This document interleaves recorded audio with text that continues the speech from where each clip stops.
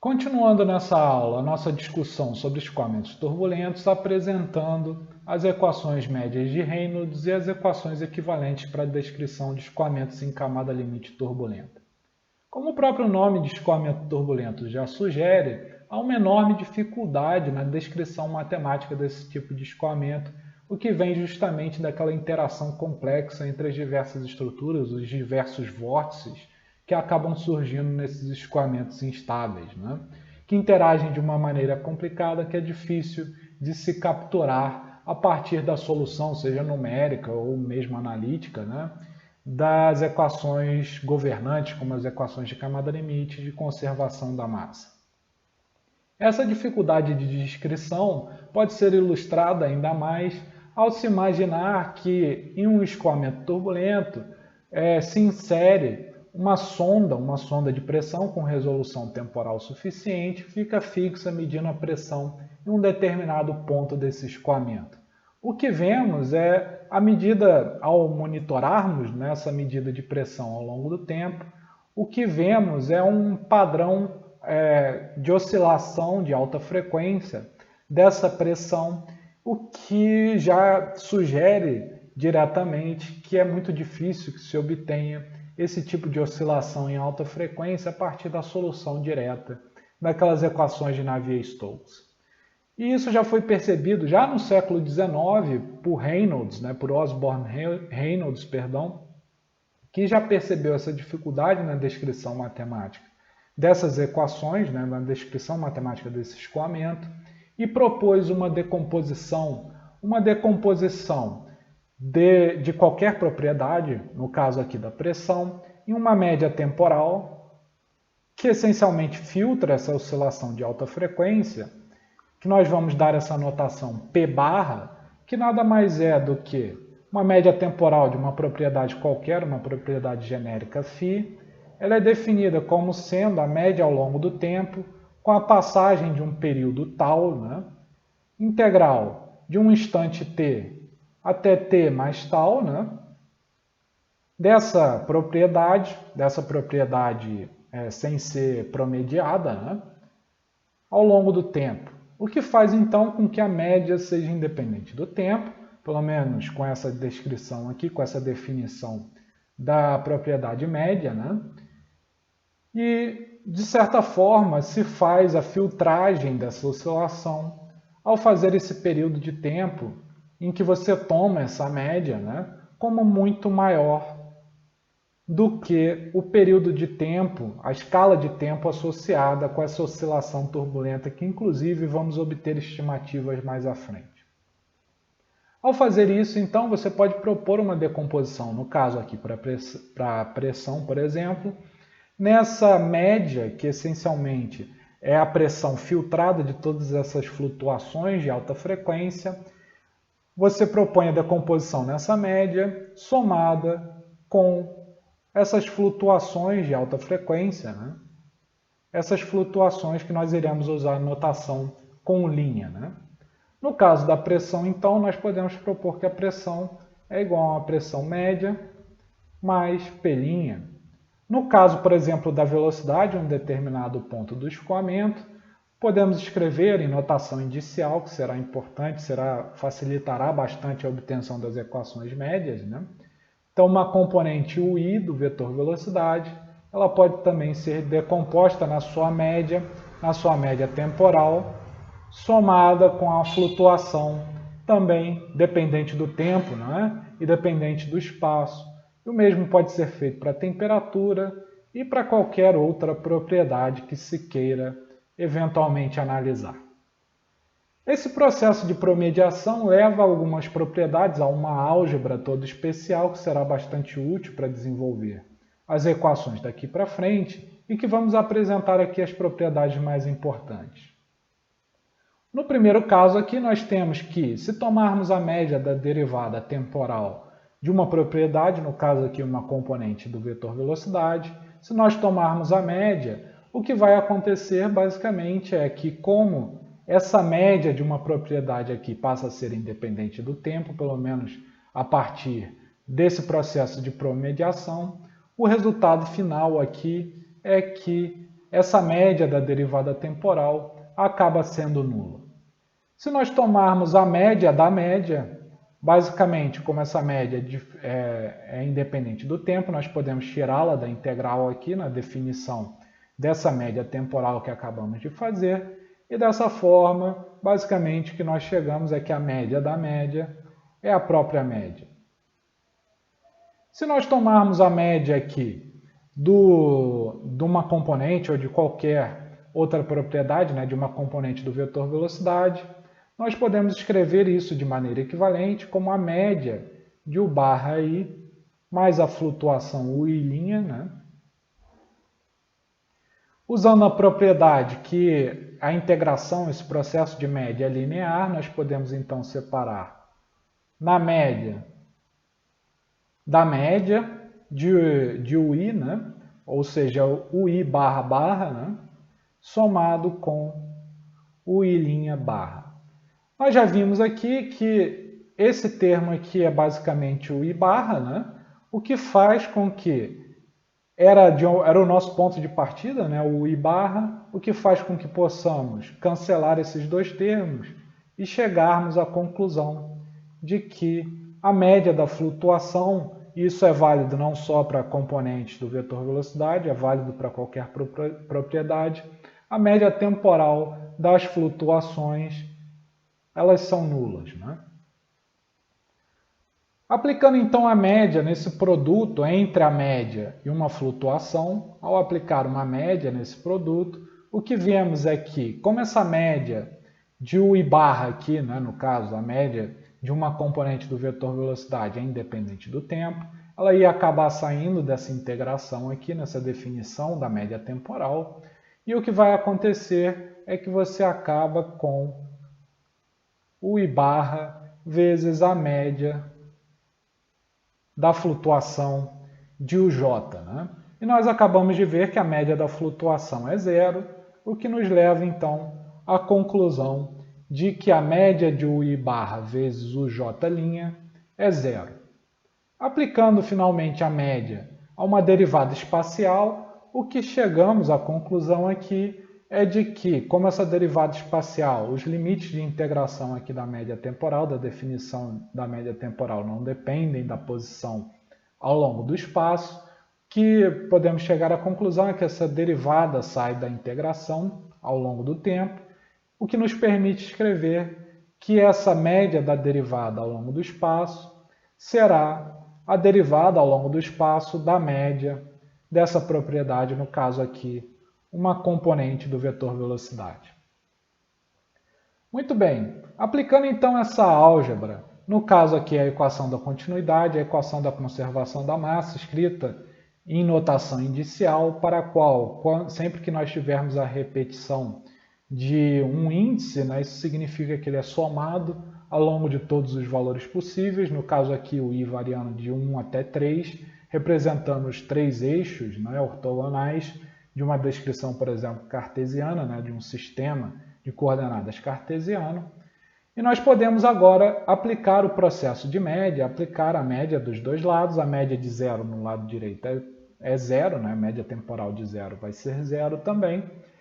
E utilizando essa propriedade aqui, que nos diz que a média de uma derivada temporal é a derivada temporal da média, é a derivada espacial da média, né? Nós chegamos à conclusão de que a derivada de UI barra em relação a xi tem que ser igual a zero. Utilizando então aquela equação da continuidade original, nós podemos também chegar à conclusão de que a derivada de UI barra mais a flutuação UI' em relação a xi também tem que ser igual a zero, né? Só que a derivada de UI barra em relação a xi já é zero. Dessa forma, nós podemos eliminar e chegar à conclusão de que a flutuação no vetor velocidade também respeita a equação da continuidade, o que vai ser importante nos desenvolvimentos mais à frente. E a equação média da continuidade, da conservação da massa, basicamente nos diz que a média temporal do vetor velocidade também respeitará a mesma equação que é respeitada pelas componentes do vetor velocidade originais, sem o barra ou sem o linha, sem ser a flutuação, e o mesmo pode ser dito em relação às flutuações. Passando agora para as equações de Navier-Stokes, que também serão promediadas, assim como nós fizemos no caso da equação da continuidade, mas antes de tudo, nós precisamos colocá-la em uma forma mais conveniente. Antes de mais nada, elas são escritas aqui em notação indicial, não é? Em que nós temos o termo da taxa de variação temporal da componente do vetor velocidade UI, somado com aquele termo convectivo, uj,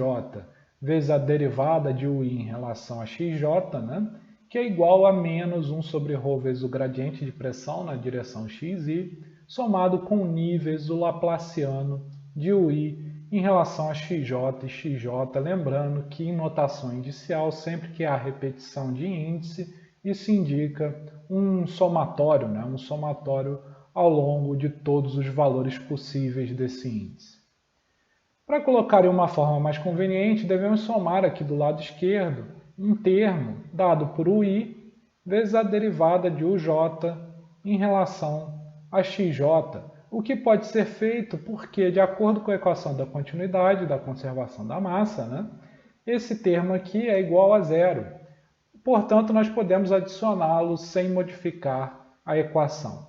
E ao fazer isso, podemos então reescrever o lado esquerdo da equação de Navier-Stokes como derivada de UI em relação ao tempo, o que não muda, somado com a derivada de UI vezes o J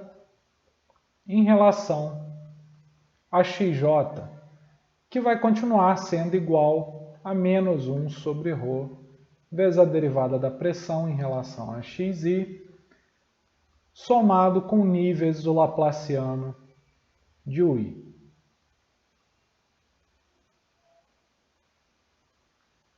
Aplicando então a média em todos os termos, ou seja, aplicando aqui no termo transiente, né, e lembrando que esse operador média ele é linear, portanto nós podemos obter a média da soma com a soma das médias, né? Então, aplicando primeiro aqui no termo transiente, depois nesse termo convectivo, que usando aquela propriedade que nós vimos, já vamos colocar dentro aqui da derivada, pois essa derivada espacial pode sair daquele processo de média, daquela integral associada com a média.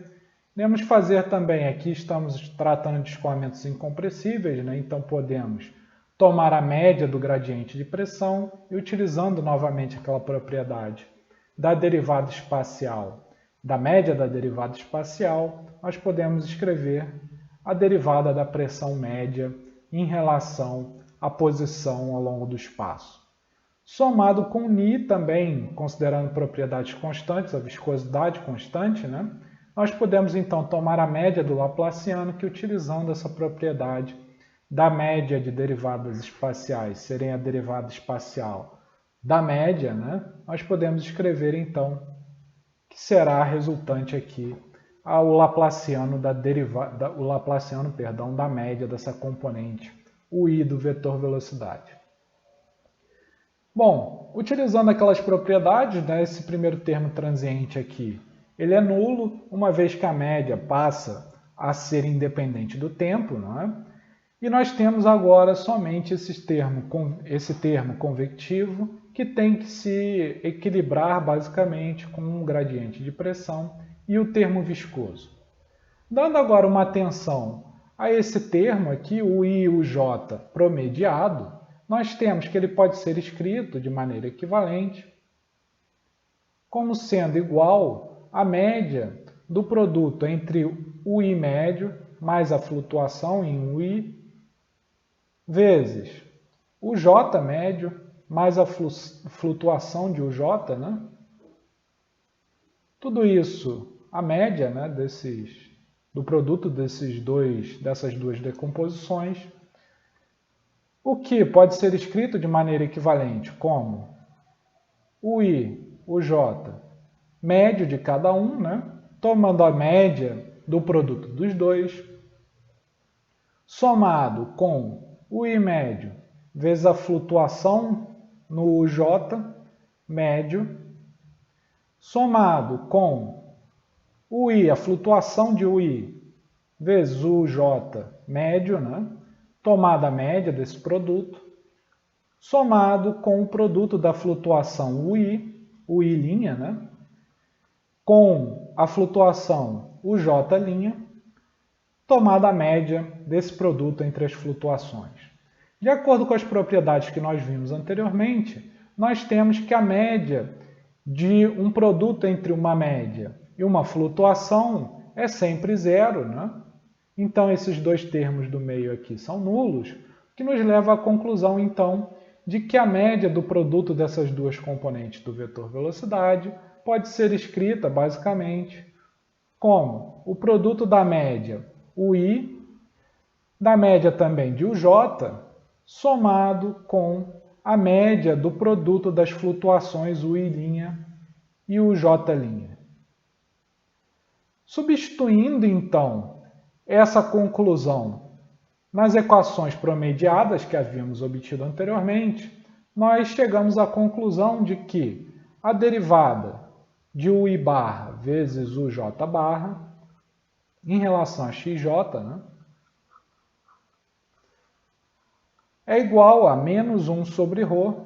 vezes a derivada da pressão, da média da pressão em relação a XI, né, somado com 1 sobre ρ, aqui vou modificar um pouco apenas para ficar mais claro o desenvolvimento posterior que vamos fazer, reconhecendo com Ni a viscosidade cinemática nada mais é do que μ sobre ρ, né? Nós vamos escrever aqui derivada em relação a XJ, basicamente de μ vezes a derivada de UI barra em relação a XJ, menos ρ vezes a média do produto das flutuações, tanto em UI quanto em UJ, a média desse produto. Aplicando então a regra do produto de derivadas, nós podemos decompor esse primeiro termo aqui e utilizando também a continuidade da média, né, nós vamos poder chegar à conclusão de que o I médio vezes a derivada de U barra J em relação a XJ,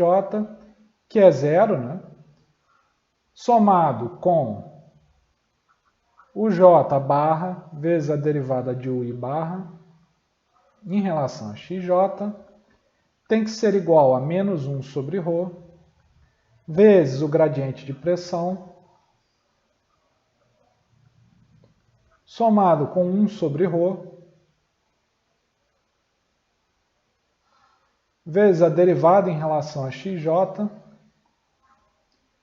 de μ vezes a derivada de UI barra em relação a XJ,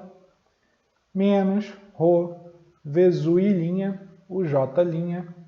promediado, né? Nós temos então aqui uma equação muito parecida com a equação que foi o nosso ponto de partida, a equação de Navier-Stokes, com a diferença desse termo aqui associado com a média do produto das flutuações e também com a exceção de que ao invés de aparecer aqui as componentes do vetor velocidade, aparecem as suas médias, né? E, de fato, esse termo aqui acaba sendo o principal responsável por um comportamento dinâmico diferente que é observado em escoamentos turbulentos em relação ao que é observado no escoamento laminar, por exemplo, que é obtido com a resolução de versões simplificadas dessa equação de Navier-Stokes, como nós vimos anteriormente no caso da camada limite laminar.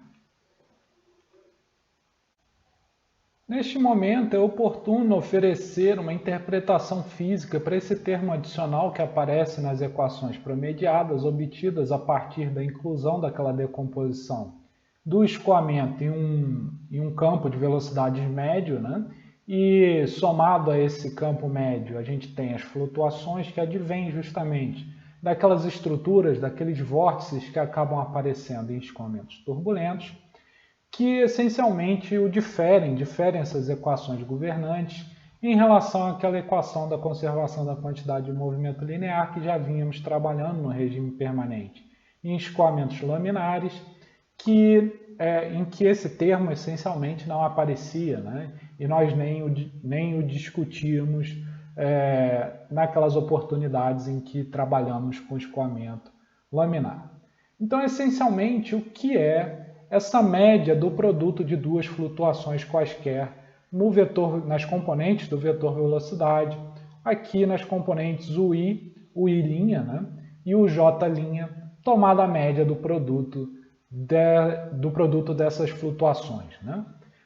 Mas ainda vamos olhar para um produto em particular que já nos dirá essencialmente o que significa cada um desses produtos sem que a gente tenha que analisar um por um. Nesse caso, iremos analisar o caso em que o i foi igual a 1 e o j foi igual a 2, o que leva ao u1', né, multiplicado por u2', tomada a média, que é igual a, se nós associarmos a direção com a direção x e um sistema de coordenadas cartesiano, e o 2 com o y nesse mesmo sistema de coordenadas, e retornando lá aquela notação que talvez vocês estejam mais familiarizados, que é aquela notação do u e do v, né? Nós temos então que essa flutuação, esse produto entre as flutuações do vetor velocidade, tomada a média, né, será a média de u' vezes v'. Para entender o que significa, então, esse termo, né, o que significa esse produto entre as flutuações, com a média temporal, né, desse produto entre as flutuações, olhem para esse gráfico um pouco mais abaixo, que mostra no eixo de abscissas a média da componente do vetor velocidade na direção x, e aqui no eixo de ordenadas a gente vê a coordenada y. Vamos imaginar então um perfil de velocidade local, que é mostrado por essa curva preta aqui, em que nós temos essencialmente que a derivada do médio, né, em relação a y é maior do que zero. O mesmo raciocínio é válido para o contrário, vocês podem depois conferir, beleza? Vamos imaginar agora que existe um vórtice que eventualmente faça com que uma partícula de fluido, um elemento de fluido que estava em uma posição y mais elevada em relação ao desenho, né? Então estava em uma posição y mais elevada, e eventualmente esse vórtice, essa estrutura que aparece no escoamento turbulento, faça com que esse elemento de fluido caminhe para uma posição em y mais abaixo, para uma posição mais baixa aqui ao longo desse eixo y. Portanto, nesse caso, de acordo com a referência que vínhamos adotando, esse vórtice que efetivamente empurrou esse elemento de fluido, ele vai provocar uma flutuação nesse novo ponto aqui, nesse ponto para o qual esse elemento de fluido se movimentou, ele vai provocar uma flutuação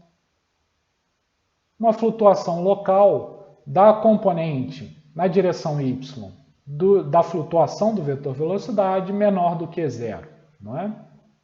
E o efeito será que, pelo menos na média, os elementos de fluido que estavam na posição mais elevada, eles estão mais acelerados, de acordo com essa curva aqui que traçamos para a componente na direção x do vetor velocidade promediado, né, da média do vetor velocidade. Então o efeito, pelo menos na média, não que isso aconteça com todo e qualquer elemento de fluido, uma vez que em escoamentos turbulentos a velocidade local acaba flutuando fortemente de acordo com o movimento dessas estruturas turbulentas que nós já falamos anteriormente, mas pelo menos na média o que esperamos é que, ao se movimentar, esse elemento de fluido tem uma velocidade na direção x, uma velocidade u maior do que os elementos de fluido que já estão presentes nessa camada para a qual ele foi, e o efeito, então, pelo menos na média, desse movimento desse vórtice com v' menor do que zero, é produzir uma flutuação local na velocidade na direção x, né? Uma flutuação na componente na direção x do vetor velocidade maior do que zero. De maneira semelhante, se nós imaginarmos agora um elemento de fluido que estava numa elevação em relação a y mais baixa, se por acaso ele for afetado por um vórtice, por uma estrutura turbulenta que o faça se movimentar para aquela mesma posição que havíamos analisado anteriormente no caso do outro elemento de fluido, e que, portanto, produza nesse elemento de fluido um V' maior do que zero, uma flutuação de origem nesse vórtice, justamente, né? Uma flutuação nessa componente na direção y do vetor velocidade positiva, o efeito é que ele está vindo de camadas mais desaceleradas, então o efeito, pelo menos na média, pelo mesmo raciocínio do que foi feito com outro elemento de fluido, será produzir uma flutuação na componente na direção x do vetor velocidade, uma flutuação U' menor do que zero. O que esses dois casos têm em comum é basicamente que U', V', pelo menos na média, é uma quantidade menor do que zero, o que nos leva então à conclusão de que menos ρ vezes U', V' é uma quantidade positiva, ou seja, é uma quantidade positiva assim como o gradiente da velocidade média, da velocidade média, na componente do vetor velocidade médio, na direção x. E isso é válido de maneira geral, vocês podem analisar para quaisquer combinações de flutuações, você chegará a basicamente o mesmo resultado esse que nos leva à conclusão de que μ vezes a derivada dessa componente UI, da componente média, né, UI, em relação a xj, tem o mesmo sinal.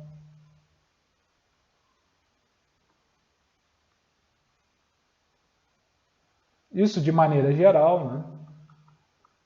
tem o mesmo sinal de menos ρ, UI', o J'.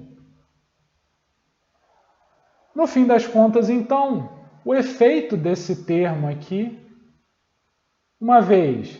que menos ρ vezes a média do produto dessas flutuações tem o mesmo sinal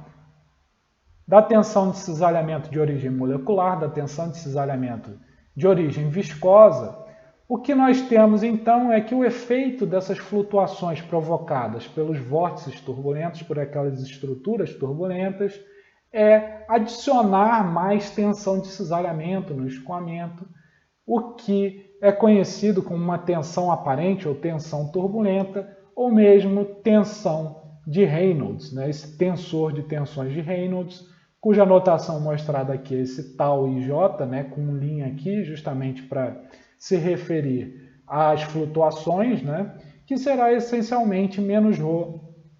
vezes a média do produto de duas flutuações no vetor velocidade, o que é essencialmente o termo responsável, o termo que nos diz que em escoamentos turbulentos você vai acabar tendo uma tensão adicional, além da tensão que seria prevista, de origem molecular, de origem puramente viscosa molecular, né? O que leva, por exemplo, em um duto, você ter, quando o escoamento é turbulento, você acabar tendo uma perda de carga maior, ou quando você considera apenas o atrito viscoso, né? Apenas o atrito, o arrasto associado com o atrito, quando você tiver um corpo sujeito a um determinado escoamento, quando o escoamento for laminar, o arrasto acaba sendo menor do que quando o escoamento é turbulento, com exceção lá de quando você tem dominância de arrasto de pressão, e a coisa pode mudar um pouco de figura, mas quando você tem a dominância de um arrasto associado diretamente com atrito, você acaba tendo uma tensão adicional de origem justamente nessas flutuações inerentes ao escoamento turbulento. Podemos agora fazer esse mesmo processo de mediação que empregamos para obter as equações médias de Reynolds, para o caso das equações da quantidade de movimento linear, agora para o caso da equação da energia, né? Aqui escrita em regime transiente para propriedades termofísicas como a condutividade térmica, o calor específico e a massa específica constantes. Essa equação é mostrada aqui, no entanto, para obter as equações médias em termos mais convenientes, é importante fazer uma breve modificação nessa equação de energia, assim como havíamos feito no caso das equações de Navier-Stokes. Nesse caso, iremos somar aqui no lado esquerdo um termo que é dado pela temperatura multiplicado pela derivada de UJ em relação a XJ. Essa soma pode ser feita quando se reconhece que essa derivada de UJ em relação a XJ, pela equação de conservação da massa, pela equação da continuidade, é igual a zero e, portanto, não modifica aquela relação de igualdade da equação original. Ao empregar, então, a regra de derivadas de um produto entre duas funções, nós podemos reescrever de maneira equivalente a equação de energia como sendo dada por derivada da temperatura em relação ao tempo, somado com a derivada de UJ vezes a temperatura em relação a XJ, que deverá ser igual à difusividade térmica vezes o Laplaciano da temperatura, sendo essa, então, a equação na sua forma conservativa, a equação da energia na sua forma conservativa. A partir de agora, nós podemos, então, empregar a média em cada um dos termos, reconhecendo que o operador média é um operador linear, portanto, a média de uma soma é a soma das médias, né? Então, nós podemos empregar termo a termo a média, começando pelo termo transiente. A média do termo transiente nós já vimos no início da aula, que será zero, de acordo com a nossa definição. Nós vimos também que a média de uma derivada espacial permite que retiremos a derivada espacial do processo de média e tomemos a média do argumento da derivada, né, do que está dentro da derivada, né, no caso aqui o J vezes a temperatura, que é igual, portanto, a alfa vezes o Laplaciano, tomado a média desse alfa vezes o Laplaciano da temperatura. O alfa é basicamente uma constante, de acordo com as hipóteses que fizemos, de propriedades termofísicas constantes. Portanto, teremos a média do Laplaciano. Como o Laplaciano é uma derivada espacial, né, nós novamente podemos passar a média para dentro desse operador ao longo do espaço, ficando então com o Laplaciano da temperatura média. Vamos agora então olhar com mais calma para esse termo convectivo promediado. Nós temos que o J vezes a temperatura, a média do J vezes a temperatura, será igual, de acordo com aquela decomposição, ao J médio mais a flutuação em UJ, o J', multiplicado pela temperatura mais a temperatura média, né, mais a temperatura, a flutuação na temperatura induzida pelo escoamento turbulento. E nós teremos que tomar a média disso tudo. Que nos leva, então, a o primeiro termo, a média de UJ barra vezes T barra, né, a média disso tudo, mais a média da média de UJ, né, o J barra, perdão, multiplicado por T', multiplicado pela flutuação na temperatura, deveremos tirar a média desse termo, somado com a flutuação em UJ, multiplicado pela temperatura média, tomando a média do produto entre esses dois termos, somado com o produto das flutuações promediado. Nós vimos também nas regras, naquela álgebra especial que havíamos desenvolvido para o caso desse processo de média temporal, que esses termos aqui são nulos, né? E também nós vimos que a média da média nada mais é do que a própria média, então, portanto, nós podemos reescrever esse produto, esse termo que aparece no lado esquerdo da equação promediada, ele será dado por U barra J vezes T barra, somado com U' J vezes T' promediado. Empregando, então, esse resultado nessa equação aqui, na equação da energia obtida com a aplicação da média temporal, nós obtemos, após novamente empregar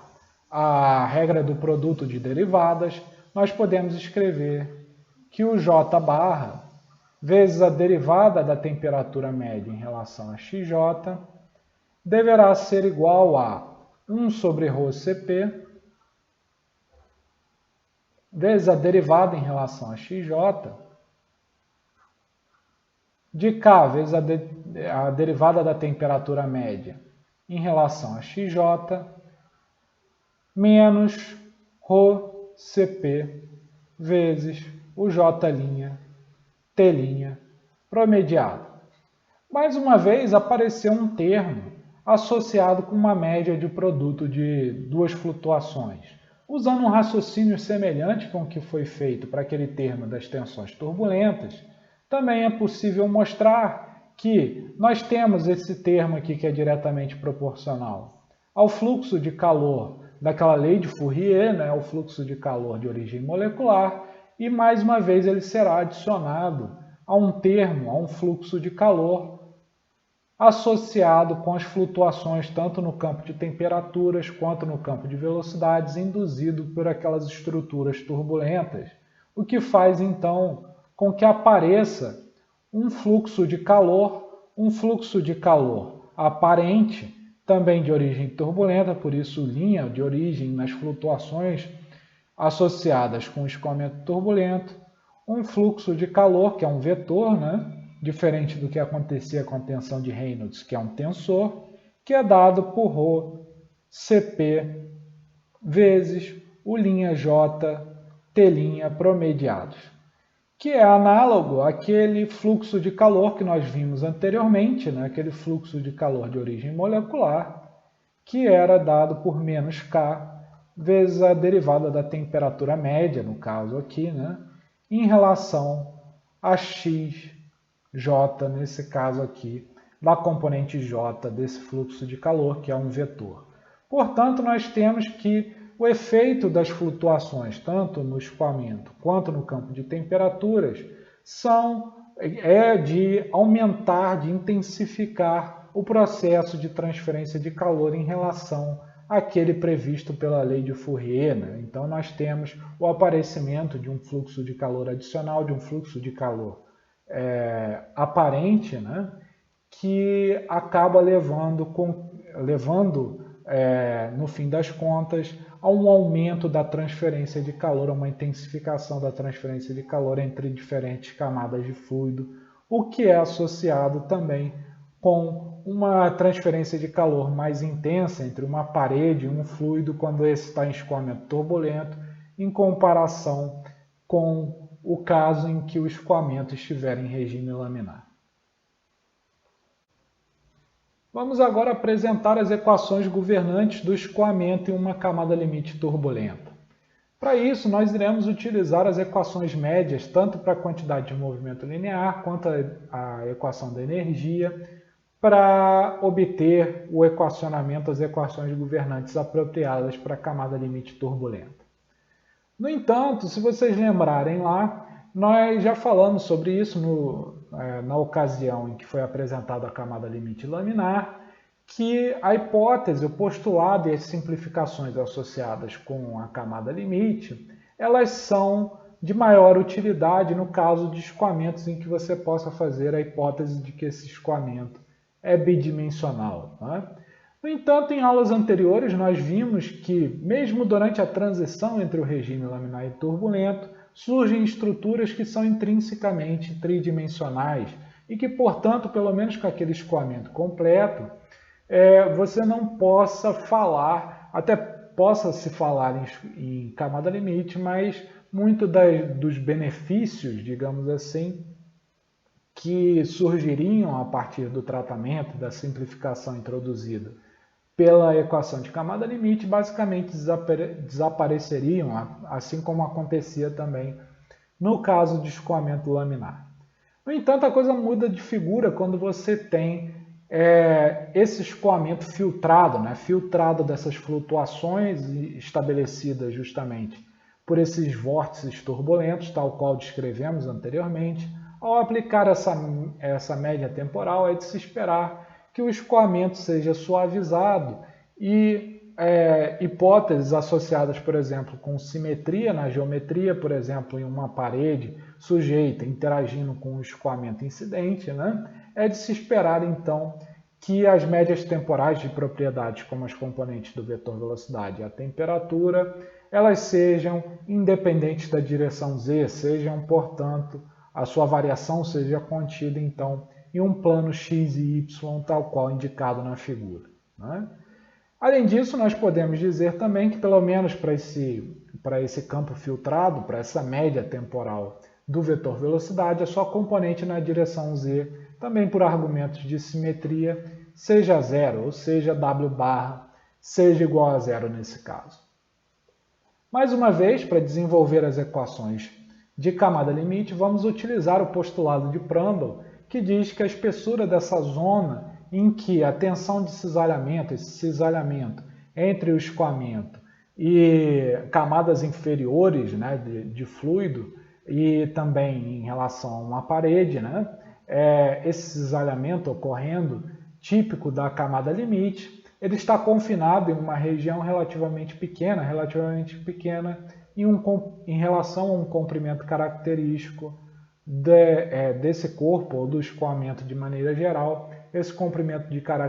característico L, né? Portanto, o delta, que é aquela notação que estávamos utilizando para a espessura dessa camada, né, é muito menor do que esse L, esse comprimento característico. No entanto, como nós já vimos anteriormente, o escoamento turbulento é profundamente caracterizado por um entranhamento, entre um escoamento de uma camada adjacente em uma outra camada, que não seria diferente nessa região que separa a região de cisalhamento mais forte de uma região de escoamento não viscoso, mais externa à camada limite, em uma região suficientemente afastada de uma parede com a qual o escoamento está interagindo. E essa zona, portanto, é caracterizada pela presença desses vórtices turbulentos, que são profundamente transientes e profundamente intermitentes, então eles mudam de direção ao longo do tempo e tem uma característica bastante instável, né, justamente parecida com esteiras que se observam na parte posterior de escoamentos, por exemplo, em cilindros e tudo mais, o que faz então com que aquela definição que havíamos adotado para aonde está a espessura da camada limite, no caso do escoamento laminar, seja muito mais difícil de ser feita, porque inclusive essa zona flutua ao longo do tempo e ao longo do espaço também, justamente com essa esteira de vórtices que acabam entranhando o escoamento da parte externa para dentro da camada limite e vice-versa. No entanto, quando você aplica a média, você essencialmente filtra a informação desses vórtices, que vai lá para a tensão aparente, como vimos anteriormente, para a tensão de Reynolds. E quando você aplica essa média, então você começa a poder ver, pelo menos no campo médio, uma borda mais bem definida da camada limite e, portanto, poderá associar de maneira mais consistente uma espessura delta para essa camada limite, né? Embora lembremos que, diferente do que acontecia no caso da camada limite laminar, essa é basicamente uma quantidade média, né? Uma quantidade característica, né? E não uma quantidade física essencialmente que você possa de fato observar inequivocamente ao olhar para um escoamento que é justamente composto de inúmeros desses vórtices que complicam bastante a definição exata dessa transição entre um escoamento não viscoso e um escoamento dominado lá pelas tensões de cisalhamento, sejam de origem viscosa, ou aquela tensão aparente, que é aquela tensão associada com as flutuações turbulentas, né? Muito bem, então utilizando esse postulado, nós podemos agora, no caso da equação da continuidade, basicamente ela vai nos dizer que a derivada do U barra em relação a x, somado com a derivada do V barra em relação a y,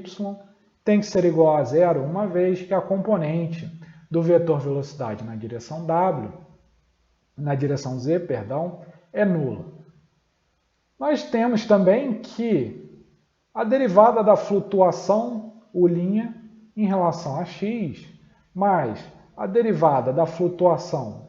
V' em relação a y também tem que ser igual a zero. O que nos permite, então, se nós imaginarmos cada vórtice com os quais essas flutuações são associadas, né? Se nós considerarmos cada um desses vórtices, um vórtice como sendo um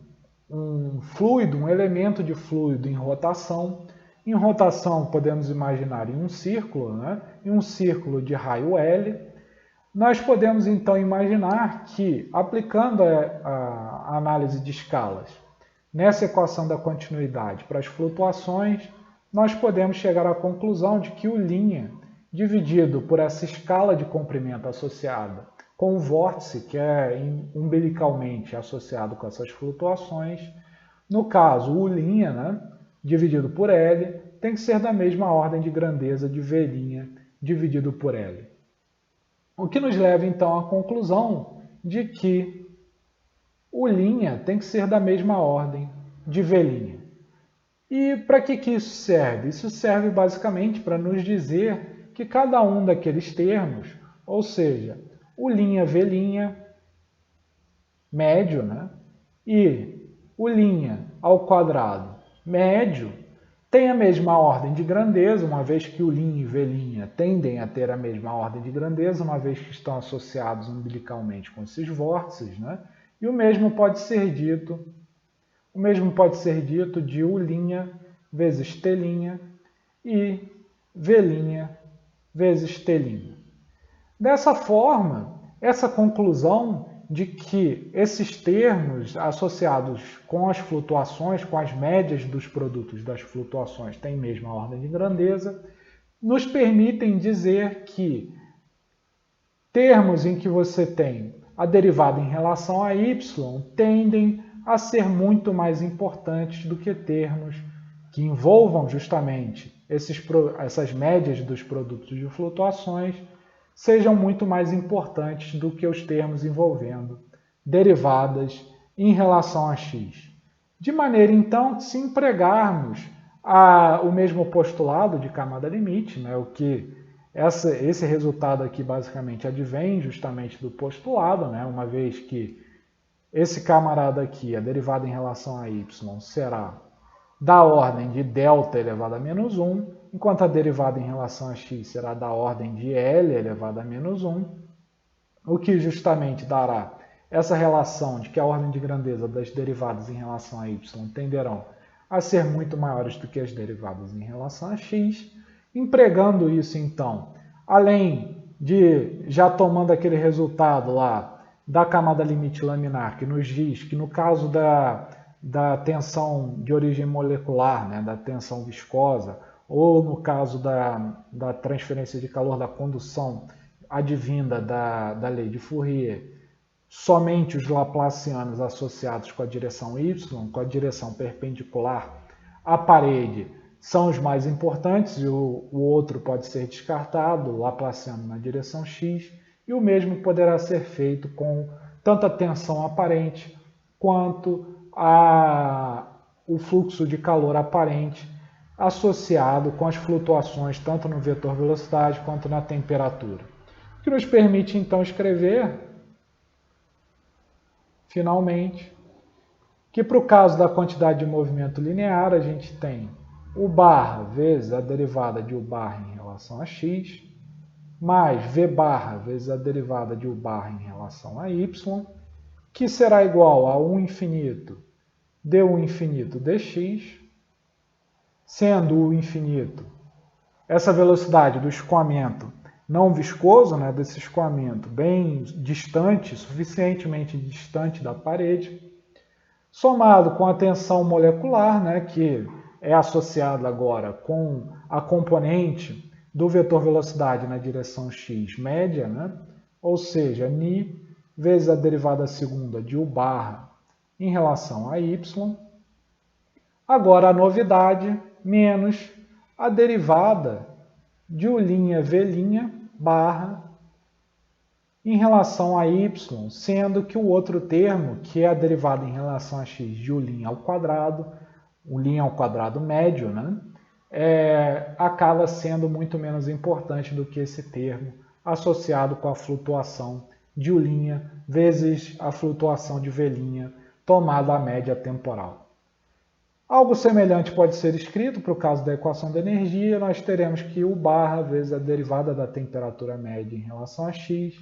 somado com v barra vezes a derivada da temperatura média em relação a y, terá que ser igual a alfa vezes a derivada segunda, o laplaciano, né? Derivada segunda da temperatura média em relação a y. Lembrando que, já como havíamos discutido no caso da camada limite laminar, essa derivada segunda, mesmo pode ser dito ali para u barra, né? Essa derivada segunda em relação a y acaba dominando em relação à derivada segunda em relação a x, que pode então ser descartada, né? E agora nós temos o termo adicional associado com as flutuações turbulentas, que nesse caso será o v', t', a média, né, do produto de v', t', derivada dessa média em relação a y, sendo que a derivada em relação a x de u', t' médio, né, a média de u', t', é descartado de acordo com essa análise que fizemos agora há pouco. E essas são as equações governantes para a camada limite em escoamentos turbulentos, né, no caso de termos propriedades termofísicas constantes.